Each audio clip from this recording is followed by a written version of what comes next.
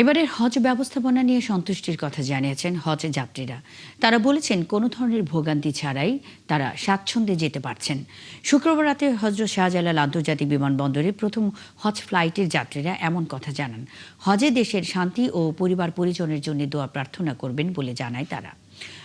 রাত 12:20 দিকে বিমান বাংলাদেশ এয়ারলাইন্সের প্রথম ফ্লাইটটি 419 জন হজযাত্রী নিয়ে সৌদির উদ্দেশ্যে ঢাকা ত্যাগ করে। প্রথম দিনে মোট 14টি ফ্লাইট ছাড়ার কথা রয়েছে।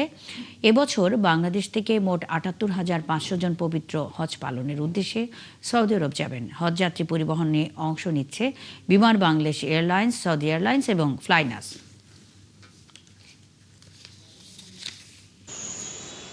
এবার প্রশাসনিক সরকার খুব সুন্দর পরিবেশ করছে। সারাক্ষণে প্রশাসনিক ডিপার্টমেন্ট লোকেরা আছে, পরিদর্শন করতে আছে, আমাদের হাত ধরে নামাতে আছে, আমার সেবা দিতে আছে।